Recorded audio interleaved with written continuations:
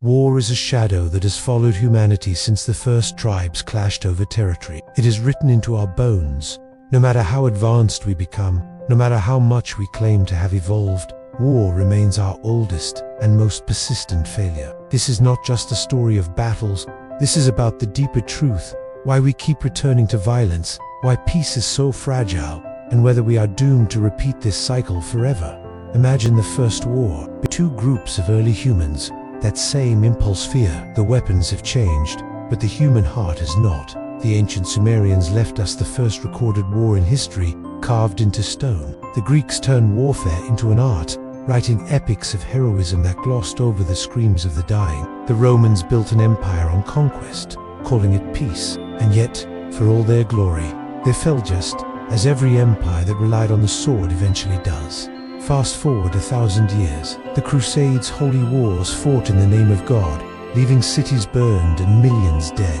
The Mongols swept across continents, not for ideology, but simply because they could. War was not just a means to an end, it was a way of life. And then came the wars that changed everything. The First World War was so brutal, so mechanized, that they called it the war to end all wars. But it wasn't.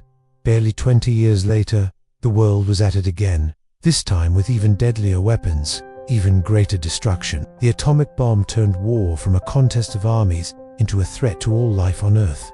And yet, here we are, still fighting, still killing, still believing that this time, war will solve something.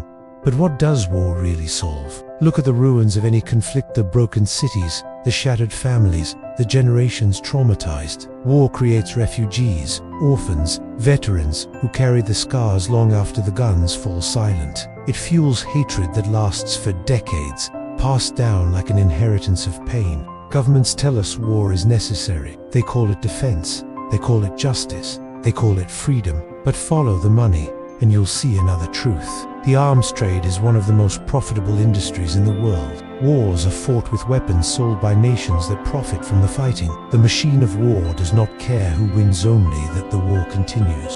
But there is another side to this story. For every war, there are those who resist. The diplomats who work in silence to prevent conflict. The protesters who march against invasion. The soldiers who, after seeing the horror of battle, dedicate their lives to peace. History is not just written by the victors, it is also written by those who refuse to fight. So, where does that leave us? Are we doomed to repeat this cycle forever? Or is there another way? Perhaps the answer lies not in some grand solution, but in the small, stubborn acts of courage, the refusal to hate, the choice to remember the cost of war, the willingness to see the humanity in those we are told to fear. Because war never changes, but people can.